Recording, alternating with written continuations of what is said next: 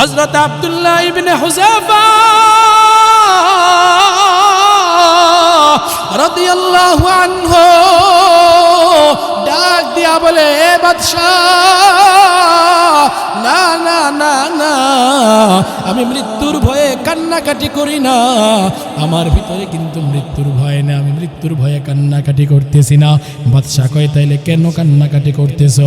হযরত আব্দুল্লাহ ইবনে Hudhafa ডাক দিয়া বলে, হে বাদশাহ, আমি কান্নাকাটি করতেছি এই কারণে, আমার আল্লাহ আমাকে একটা মাত্র জীবন দিয়েছে, এই একটা জীবন দিয়া আমি আমার আল্লাহকে কিভাবে পরীক্ষা দিব, আমি আমার আল্লাহকে কিভাবে উৎসর্গ করব। আমার আল্লাহ যদি আমাকে 100 জীবন দান করতেন, আমি আমার আল্লাহর জন্য একটা একটা করে জীবন দিতে থাকতাম, 100টা জীবন আমি আমার আল্লাহর জন্য দিয়া দিতাম।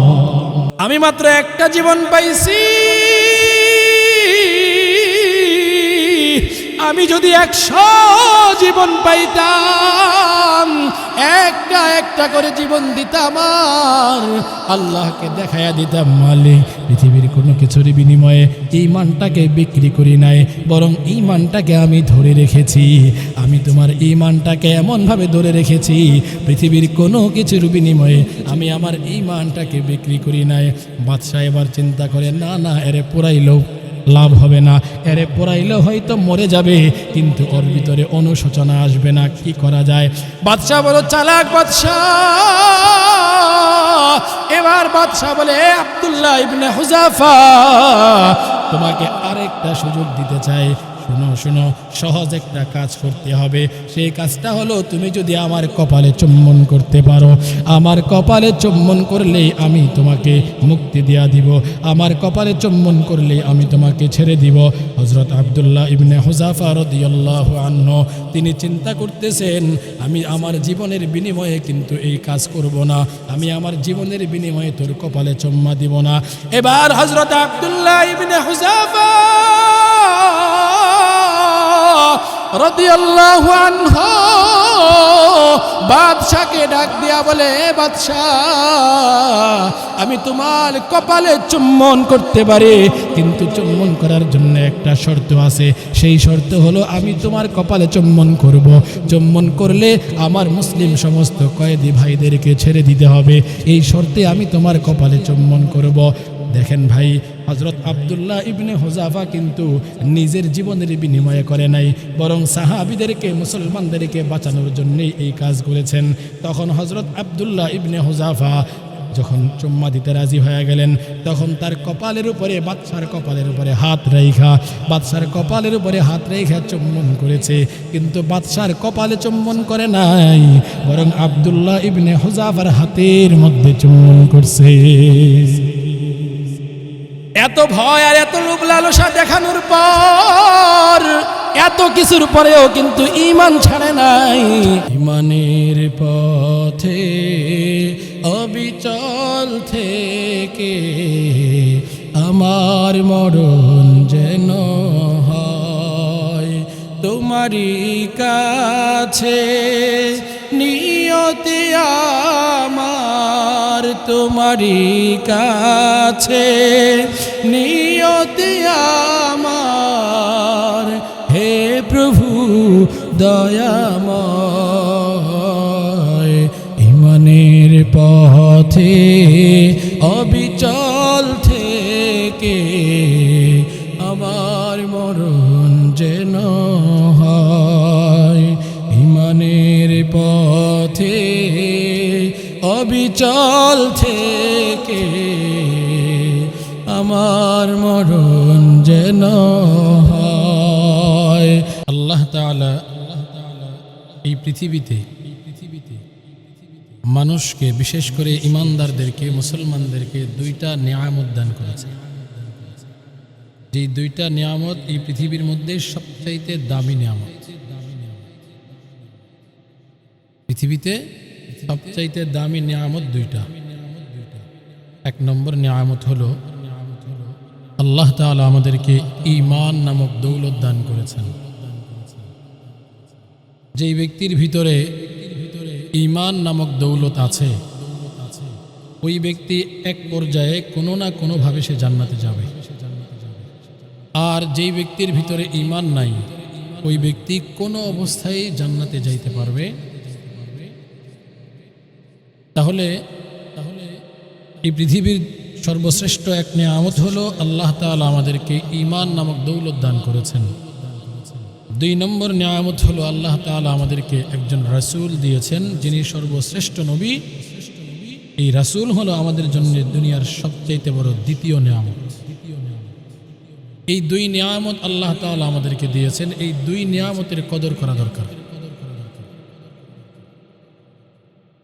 আল্লাহ তাআলা এই 2 নিয়ামত সম্পর্কে কুরআনুল কারীমের মধ্যে বলেন, ইয়ামুন্নুনা আলাইকা আন আসলামু কুল লা তামুন্নু আলাইয়া ইসলামাকুম বালিল্লাহু ইয়ামুন্নু আলাইকুম আন হাদাকুম লিল ঈমান ইন কুনতুম সাদিকিন। আল্লাহ তাআলা বলেন, আমি মানুষদেরকে সবচাইতে বড় নিয়ামত দান করেছি। 1 নম্বর নিয়ামত হলো আমি আল্লাহ মানুষদেরকে ঈমান নামক দৌলত দান করেছি।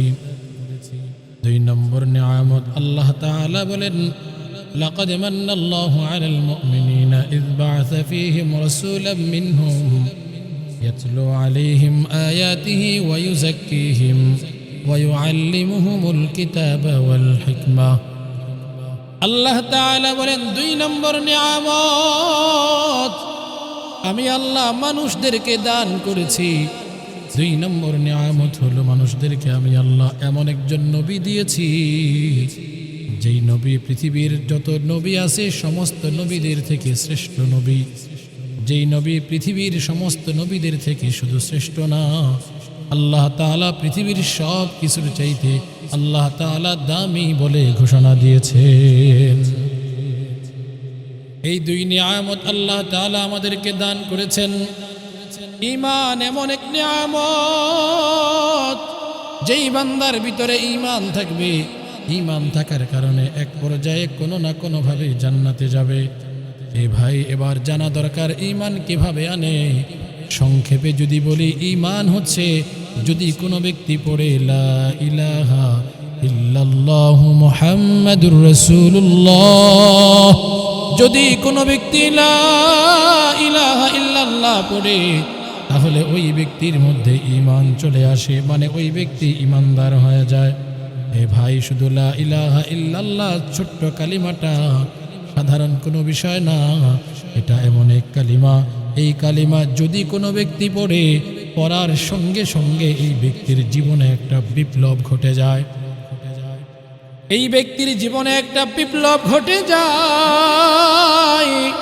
ভালো করে খেয়াল করেন কি বিপ্লব ঘটে। এই ব্যক্তিটা চিরস্থায়ী জাহান্নামী ছিল। এই ব্যক্তিটা যখন লা ইলাহা ইল্লাল্লাহ পড়ে, লা ইলাহা ইল্লাল্লাহ পড়ার সঙ্গে সঙ্গে জাহান্নাম থেকে বাইচা সঙ্গে সঙ্গে ব্যক্তিটা জান্নাতি হয়ে যায়। যেই ব্যক্তিটা অন্ধকারের মধ্যে নিমজ্জিত ছিল, ওই ব্যক্তিটা এখন আলোর মধ্যে চলে আসছে। যেই ব্যক্তিটা চিরস্থায়ী জাহান্নামী ছিল, এই ব্যক্তি আর জাহান্নামী থাকবে না। জাহান্নাম থেকে বের হয়ে আল্লাহর চিরস্থায়ী জান্নাতের মধ্যে প্রবেশ করবে। মানে হলো এই লোকটা এমনভাবে সফল হয়ে যাবে, এই লোকটা দুনিয়াতেও সফল, আখিরাতেও সফল। এই জন্য যদি কোনো ব্যক্তি লা ইলাহা ইল্লাল্লাহ পড়ে, লা ইলাহা ইল্লাল্লাহ পড়লে ওই ব্যক্তিটার জীবনে বিপ্লব ঘটে যাবে। তবে বুঝতে হবে, লা ইলাহা ইল্লাল্লাহর কিন্তু কিছু কাম আছে। তুমি শুধু লা ইলাহা ইল্লাল্লাহ পড়লেই পরিপূর্ণ ঈমানদার হইতে পারবা না। তুমি যদি বাপ মার আসল সন্তান দাবি করতে চাও, বাবাকে যদি বুঝাইতে চাও, বাবা আমি আপনার আসলেই সন্তান, মাকে যদি বুঝাইতে চাও, মা আমি আপনার আসলেই সন্তান, তাহলে মনে রাখতে হবে বাপ মার হক আদায় করতে হবে। এমন সন্তান, যেই সন্তান বাপ মার হক আদায় করে না, বাপ মারে খেয়াল রাখে না, বাপ মার দায়িত্ব গ্রহণ করে না, এমন ব্যক্তি যেরকম মা বাবার আসল সন্তান না। লা ইলাহা ইল্লাল্লাহর সাইনবোর্ড লাগাইছেন, নামাজ নাই, রোজা নাই, আল্লাহর বিধান পালন করেন না, আপনিও আল্লাহর প্রকৃত ঈমানদার বান্দা হইতে পারেন না। আপনি যদি আল্লাহর পবিত্র আপনি যদি আল্লাহর পেয়ারা বান্দা হইতে চান তাইলে মনে রাখতে হবে আপনাকে আল্লাহ তাআলার এই কালেমা পাঠ করার পরে আল্লাহর বিধানগুলো মানতে হবে। যদি আল্লাহর বিধানগুলো মানতে পারেন তাইলে মনে রাখবেন আপনি হবেন লা ইলাহা ইল্লাল্লাহ পড়ার সঙ্গে সঙ্গে পরিপূর্ণ খাঁটি ঈমানদার। আপনি হবেন পরিপূর্ণ খাঁটি ঈমানদার। আজকে বড় আফসোস, আমি আর আপনি এত কষ্ট করে, আমি আর আপনি এত কিছু করে ঈমান আনলাম, আমরা তো বেশি কষ্ট করি নাই, সাহাবীদের মতো কষ্ট করি নাই। সাহাবীরা কত কষ্ট করে ঈমান আনছে, আমরা তো কোনো কষ্ট করি নাই, বরং আমরা বাবা মা সূত্রে ঈমান পাইছি, ওই ঈমান নিয়েই বেঁচে আছি, কত সুন্দর ঈমান পেয়ে গেলাম। অথচ সাহাবীরা কত কষ্ট করে ঈমান আনছে, সাহাবীরা কত মুজাহাদা করে ঈমান আনছে। এ ভাই ভালো করে লক্ষ্য করেন, সাহাবীদের ঈমান আমরা সামান্য কোনো কারণে যদি প্রয়োজন হয় ঈমানকে বিক্রি করে দেই, সামান্য প্রয়োজন হলে ঈমানটাকে বিক্রি করে দেই, সামান্য কোনো সমস্যায় পড়লে ঈমান দুর্বল করে ফেলি, সামান্য বিপদের মধ্যে পড়লে ঈমান দুর্বল করে ফেলি, আমরা ঈমানকে বিক্রি করে দেই। অথচ ঈমান এমন এক নিয়ামত, যেই নিয়ামতকে কোটি কোটি টাকার বিনিময়েও বিক্রি করা যায় না, কিন্তু আফসোস আমরা আমাদের ঈমানকে বিক্রি করে দেই। এ ভাই ভালো করে খেয়াল করেন, আল্লাহর নবীর একজন সাহাবী হযরত আব্দুল্লাহ ইবনে হুযাফা রাদিয়াল্লাহু আনহু আল বিদায়া ওয়ান নিহায়া কিতাবের মধ্যে লিখে, হযরত আব্দুল্লাহ ইবনে হুযাফা রাদিয়াল্লাহু আনহু আল্লাহর নবীর একজন সাহাবী হযরত ওমর রাদিয়াল্লাহু আনহুর জামানায় একবার সরাসরি রোমদের সঙ্গে যুদ্ধ হয়।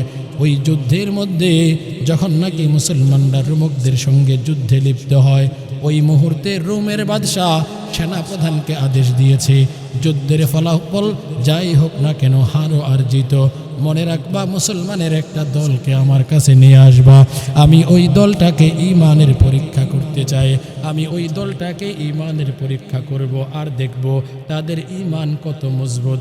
শুধু শুনি মুহাম্মদের সৈনিকরা নাকি কঠিন ঈমানদার, তারা নাকি ঈমানের পাহাড় নিয়ে থাকে, দেখব তাদের ঈমান কত মজবুত। হযরত আব্দুল্লাহ ইবনে হুযাফার নেতৃত্বে একটা দল, ওই দলটাকে রোমের সৈন্যরা ধরে রোমের বাদশার কাছে নিয়ে যায়।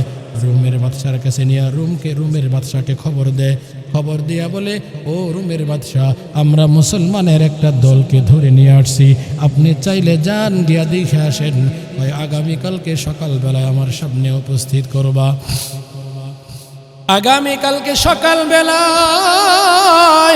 আমার সামনে উপস্থিত করবা। সকালবেলায় রোমের বাদশার সামনে এই দলটাকে পেশ করা হয়। এবার যখন দলকে পেশ করা হয়, এই দলের মধ্যে প্রত্যেককেই জিজ্ঞাসা করে, বলো তোমাদের মধ্যে আমিরকে, তোমাদের মধ্যে নেতাকে, তোমাদের মধ্যে প্রধানকে? কেউ কোনো কথা বলে না।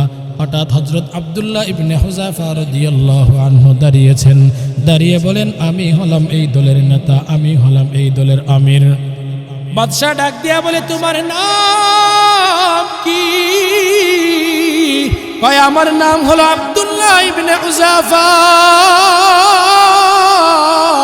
নাম আমার আব্দুল্লাহ ইবনে হুযাফা, আমি হলাম এই দলের নেতা। রোমের বাদশা বড় চালাক বাদশা ছিল। রোমের বাদশা ডাক দিয়া বলে, ও আব্দুল্লাহ ইবনে হুযাফা, আমি তোমাকে অনেক বেশি পছন্দ করি, আমি তোমাকে অনেক বেশি ভালোবাসি, তুমি যদি চাও, ও আব্দুল্লাহ ইবনে হুযাফা, আসো আসো, তুমি আমার পাশের চেয়ারে আইসা বসো। রোমের বাদশা চালাকি করে হযরত আব্দুল্লাহ ইবনে হুযাফাকে পাশের চেয়ারে বসাইছে। পাশের চেয়ারে বসাইয়া হযরত আব্দুল্লাহ ইবনে হুযাফা রাদিয়াল্লাহু আনহুকে বলে, ও আব্দুল্লাহ, তোমাকে আমার বড় ভালো লাগে, তোমাকে আমার বড় পছন্দ হয়, তোমাকে আমি বড় ভালোবাসি। ও ও আব্দুল্লাহ ইবনে হুযাফা, তবে তোমার আর আমার মধ্যে ভালোবাসার মধ্যে একটা বাধা আছে। সেই বাধা হলো ও আব্দুল্লাহ ইবনে হুযাফা, তোমার আর আমার মধ্যে বাধা হলো তুমি মুসলমান আর আমি বেঈমান। তোমার আর আমার মধ্যে এই বাধাটা আছে। তুমি যদি মুসলমানিত্ব ছেড়ে দাও, বেঈমান হয়ে যাও, তাহলে শোনো শোনো আব্দুল্লাহ, আমার মধ্যে আর তোমার মধ্যে মহব্বত তৈরি হবে। তুমি হয়তো মনে মনে ভাবতে পারো, মুসলমান যদি আমি ছেড়ে দেই, মুসলমানিত্ব যদি আমি ছেড়ে দেই, তাইলে আমি কোথায় যাব? আমি তো মক্কায় মদিনায় গিয়া থাকতে পারবো না, আমি কোথায় যাব? বাদশা ডাক দেয়া কয়, ও আব্দুল্লাহ ইবনে হুযাফা, শোনো শোনো শোনো, ও আব্দুল্লাহ ইবনে হুযাফা, যখন তুমি নাকি বেঈমান হয়ে যাবা, ইমানটা ছেড়ে দিবা, ইমানটা ছেড়ে দেওয়ার সঙ্গে সঙ্গে আমি তোমাকে আমার রুমের গভর্নর বানায়া দিব, রুমের বাদশা বানায়া দিব। এমনকি আমার ঘরের মধ্যে সুন্দরী একটা কন্যা রূপসী আছে, ওই কন্যাটাকেও আমি তোমার সঙ্গে বিবাহ দিয়া দিব। এ ভাই ভালো করে খেয়াল করেন, ওই সময়ের রোম দেশ মানে হলো বর্তমানে এশিয়া মহাদেশের মতো একটা রাজ্য। এত বড় রাজ্যের প্রস্তাব হযরত আব্দুল্লাহ ইবনে হুযাফার কাছে দেওয়া হয়েছে। এবার হযরত আব্দুল্লাহ ইবনে হুযাফা রাদিয়াল্লাহু আনহু তার কাছে যখন এই প্রস্তাব দেওয়া হয়, এই প্রস্তাব দেওয়ার পরে হযরত আব্দুল্লাহ ইবনে হুযাফা এত বেশি রাগান্বিত হইলেন, পাশের চেয়ার থেকে লাফ দিয়া দাঁড়ায় গেছেন। লাফ দিয়া দাঁড়াইয়া কয়, এই রুমের কুকুর, তুই কি? আমি ইমানদার, আমার ইমানকে তুই কিনতে চাস? আল্লাহর কসম, শুধু এই তোমার দেশ কেন, সারা পৃথিবী যদি আমাকে লিখে দাও, তারপরেও ঈমান থেকে বিন্দু পরিমাণ বিচ্যুত হব না। আমি তারপরেও ঈমান থেকে বিন্দু পরিমাণ বিচ্যুত হব না। এবার বাদশা রাগ করে ফেলছে, বাদশা চোখে মুখে লাল হয়ে গেছে। বাদশা রাগান্বিত হয়ে কয়, যা ওরে তাড়াতাড়ি জেলখানার মধ্যে ফালায়া দে, জেলখানার মধ্যে নিক্ষেপ কর। আমি দেখতে চাই ওর ঈমান কতক্ষণ পর্যন্ত মজবুত থাকে। আর পাশেই ডাক্তারকে বলে দিল, এ ডাক্তার ভালো করে খেয়াল রাখবা, আব্দুল্লাহ ইবনে হুযাফা কি হয় না হয় আমাকে আপডেট তুমি সব সময় জানাইবা। বাদশা কয়েকদিন যাওয়ার পরে একদিন হঠাৎ ডাক্তারকে ডাক দিয়া বলে, ডাক্তার যাও দেখে আসো আব্দুল্লাহ ইবনে হুযাফার কি অবস্থা। ডাক্তার আব্দুল্লাহ ইবনে হুযাফার কাছে যায়। আব্দুল্লাহ ইবনে হুযাফার কাছে গিয়া দেখে হযরত আব্দুল্লাহ ইবনে হুযাফা রাদিয়াল্লাহু আনহু একেবারে দুর্বল হয়ে গেছেন।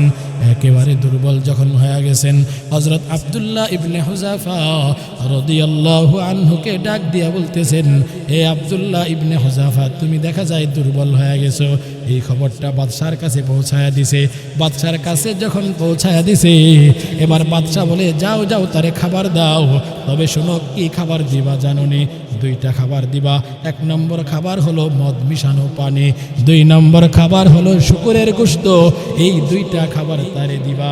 এই দুইটা খাবার জোরে আওয়াজ করে বলেন, ইসলামে জায়েজ নাকি হারাম? এই 2 খাবার ইসলামে জায়েজ নাই, হারাম। এই 2টা খাবার আব্দুল্লাহ ইবনে হুযাফার সামনে ডাক্তার নিয়ে যায়।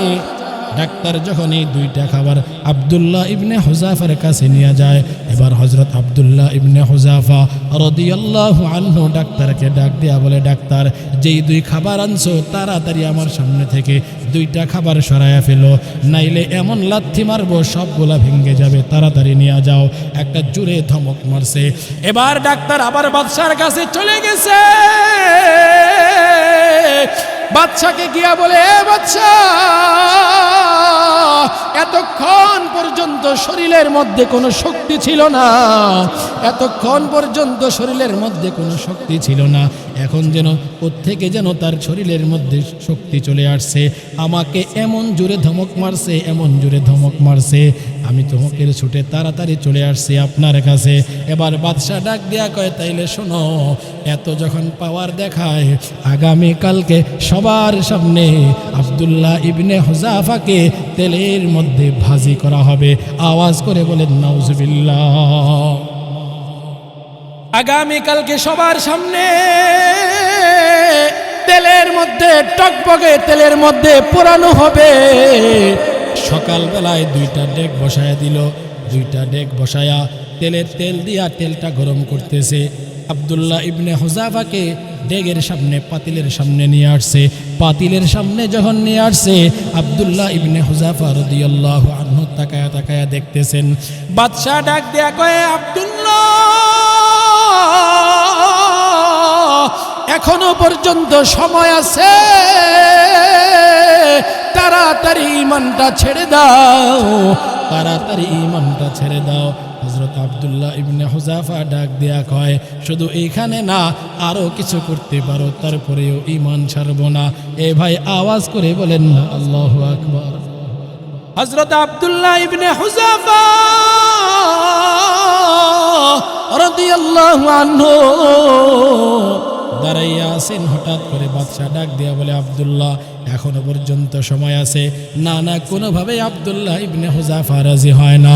আব্দুল্লাহ ইবনে হুযাফা যখন রাজি হয় না, বাদশাহ জেলখানা থেকে একটা মুসলিম কয়েদিকে আনলো, আয়না তেলের মধ্যে ছাইরা দিল। সঙ্গে সঙ্গে ভাজি হয়ে গেছে। সঙ্গে সঙ্গে যখন ভাজি হয়ে গেছে, হযরত আব্দুল্লাহ ইবনে হুযাফা রাদিয়াল্লাহু আনহু এই দৃশ্য দেখতেছে। এই দৃশ্য যখন দেখতেছে, বাদশাহ ডাক দিয়া বলে, আব্দুল্লাহ ইবনে হুযাফা, দেখো দেখো দেখো দেখো কিভাবে ভাজি করে ফেলা হলো, তোমাকেও এইভাবেই ভাজি করে ফেলা হবে। এখনো সময় আছে, তাড়াতাড়ি ঈমানটা ছেড়ে দাও। বাদশাহ তাকায়া দেখে হযরত আব্দুল্লাহ ইবনে হুযাফা চোখ দিয়া পানি ঝরঝর করে ফালায়, আর চোখের পানি ছেড়ে কান্নাকাটি করতেছে। বাদশাহ ডাক দেয়া কয়, ও আব্দুল্লাহ, এবার মনে হয় ভিতরে কিছু ভয় ঢুকছে, মৃত্যুর ভয় ঢুকছে, এই জন্যই বুঝি তুমি কান্নাকাটি করতেছ। হযরত আব্দুল্লাহ ইবনে হুযাফা রাদিয়াল্লাহু আনহু ডাক দিয়া বলে, এ বাদশাহ, না না না না, আমি মৃত্যুর ভয়ে কান্নাকাটি করি না। আমার ভিতরে কিন্তু মৃত্যুর ভয় না, আমি মৃত্যুর ভয়ে কান্নাকাটি করতেছি না। বাদশাহ কয়, তাইলে কেন কান্নাকাটি করতেছ? হযরত আব্দুল্লাহ ইবনে হুযাফা ডাক দিয়া বলে, হে বাদশাহ, আমি কান্নাকাটি করতেছি এই কারণে, আমার আল্লাহ আমাকে একটা মাত্র জীবন দিয়েছে। এই একটা জীবন দিয়া আমি আমার আল্লাহকে কিভাবে পরীক্ষা দিব, আমি আমার আল্লাহকে কিভাবে উৎসর্গ করব। আমার আল্লাহ যদি আমাকে 100 জীবন দান করতেন, আমি আমার আল্লাহর জন্য একটা একটা করে জীবন দিতে থাকতাম। 100টা জীবন আমি আমার আল্লাহর জন্য দিয়া দিতাম। আওয়াজ করে বলেন না আল্লাহু আকবার। আমি মাত্র একটা জীবন পাইছি, আমি যদি 100 জীবন পাইতাম, একটা একটা করে জীবন দিতাম, আর আল্লাহকে দেখায়া দিতাম, মালিক, পৃথিবীর কোনো কিছুর বিনিময়ে ঈমানটাকে বিক্রি করি নাই, বরং ঈমানটাকে আমি ধরে রেখেছি। আমি তোমার ঈমানটাকে এমনভাবে ধরে রেখেছি, পৃথিবীর কোনো কিছুর বিনিময়ে আমি আমার ঈমানটাকে বিক্রি করি নাই। বাদশাহ এবার চিন্তা করে, না না, এরে পোড়াইলেও লাভ হবে না, এরে পোড়াইলেও হয়তো মরে যাবে, কিন্তু ওর ভিতরে অনুশোচনা আসবে না, কি করা যায়? বাদশাহ বলো, চালাক বাদশাহ। এবার বাদশাহ বলে, আব্দুল্লাহ ইবনে হুযাফা, তোমাকে আরেকটা সুযোগ দিতে চাই। শোনো শোনো, সহজ একটা কাজ করতে হবে। সেই কাজটা হলো, তুমি যদি আমার কপালে চুম্বন করতে পারো, আমার কপালে চুম্বন করলেই আমি তোমাকে মুক্তি দিয়া দিব, আমার কপালে চুম্বন করলেই আমি তোমাকে ছেড়ে দিব। হযরত আব্দুল্লাহ ইবনে হুযাফা রাদিয়াল্লাহু আনহু তিনি চিন্তা করতেছেন, আমি আমার জীবনের বিনিময়ে কিন্তু এই কাজ করব না, আমি আমার জীবনের বিনিময়ে তোর কপালে চুম্মা দিব না। এবার হযরত আব্দুল্লাহ ইবনে হুযাফা রাদিয়াল্লাহু আনহু বাদশাকে ডাক দিয়া বলে, বাদশাহ আমি তোমার কপালে চুম্বন করতে পারি, কিন্তু চুম্বন করার জন্য একটা শর্ত আছে। সেই শর্ত হলো আমি তোমার কপালে চুম্বন করব। চুম্বন করলে আমার মুসলিম সমস্ত কয়েদি ভাইদেরকে ছেড়ে দিতে হবে। এই শর্তে আমি তোমার কপালে চুম্বন করব। দেখেন ভাই, হযরত আব্দুল্লাহ ইবনে হুযাফা কিন্তু নিজের জীবনের বিনিময়ে করে নাই, বরং সাহাবীদেরকে, মুসলমানদেরকে বাঁচানোর জন্যই এই কাজ করেছেন। তখন হযরত আব্দুল্লাহ ইবনে হুযাফা যখন চুম্মা দিতে রাজি হয়ে গেলেন, তখন তার কপালের উপরে, বাদশার কপালের উপরে হাত রেখা, বাদশার কপালের উপরে হাত রেখা চুম্বন করেছে। কিন্তু বাদশার কপালে চুম্বন করে নাই, বরং আব্দুল্লাহ ইবনে হুযাফার হাতের মধ্যে চুম্বন করছে। এত ভয় আর এত লোভ লালসা দেখানোর পর, এত কিছুর পরেও কিন্তু ঈমান ছাড়ে নাই। এজন্য ঈমানটাকে এমনভাবে ধরতে হবে, সাহাবীদের মতো ঈমান আনতে হবে। এজন্যই আল্লাহ বলেন, ওয়া ইযা কিলা লাহুম আমিনু কামা আমানান নাস, মানুষ তোমরা এমনভাবে ঈমান আনো যে ঈমান আনছে সাহাবায়ে কেরাম। সাহাবায়ে কেরামের মতো ঈমান যদি আনতে পারো, দুনিয়াতেও সফল হইবা, আখিরাতেও সফল হইবা। এজন্য আমার ভাই, যদি দুনিয়াতে সফল হতে চায়, আখিরাতেও যদি সফল হইতে চায়, উভয় জাহানে সফল হওয়ার জন্য ঈমানটাকে কঠিনভাবে ধরতে হবে। যদি আমি ঈমানটাকে কঠিনভাবে ধরতে পারি, তাহলে মনে রাখবেন দুনিয়া থেকে বিদায় হওয়ার সঙ্গে সঙ্গে আল্লাহর জান্নাত আমার জন্য তৈরি। ঈমানের পথে অবিচল থেকে আমার মরণ যেন হয়। ঈমানের পথে অবিচল থেকে আমার মরণ যেন হয়। তোমারই কাছে নিয়তি আমার, তোমারই কাছে নিয়তি আমার, হে প্রভু দয়াময়। ঈমানের পথে অবিচল থেকে আমার মরণ যেন হয়। ঈমানের পথে অবিচল থেকে আমার মরণ যেন হয়। চিৎকার মেরে বলেন আল্লাহু আকবার। এজন্য সব সময় ঈমানকে মজবুত ভাবে ধরতে হবে। ঈমানটাকে ভিতরে এমন ভাবে ধরতে হবে, দুনিয়ার কোনো কিছুর বিনিময়ে ঈমান ছাড়বো না, ছাড়বো কোনোভাবে ঈমান ছাড়বো না। ঈমানের এত পাওয়ার যে আপনি যদি এই মুহূর্তে ইন্তেকাল করেন, আপনার ভিতরের ঈমানটা যদি খাঁটি থাকে, তাইলে আল্লাহ তাআলা আপনাকে চিরস্থায়ী জান্নাতবাসী বানায় দিবেন। আল্লাহ তাআলা আমাদেরকে এই কয়েকটা কথা বুঝার এবং খাঁটি ঈমানদার হওয়ার তৌফিক দান করেন।